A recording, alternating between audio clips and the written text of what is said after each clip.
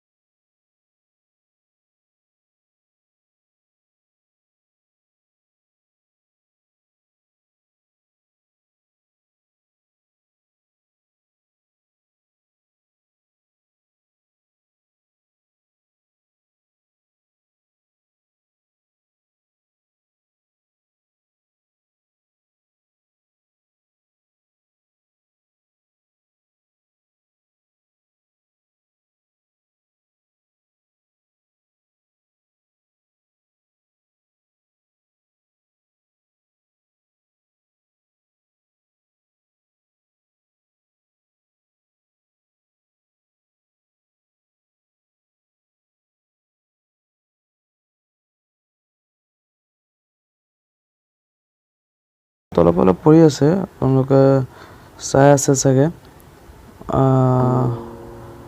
এয়া চাওক, মই আপোনালোকক দেখুৱাইছোঁ, মোৰ গাতে দেখুৱাইছিলোঁ আৰু নহ'লে কেনেকৈ পৰে চাব নোৱাৰিব। মোৰ গাত পৰি আছে, জেকেটখনত ভৰি আছে বৰফে।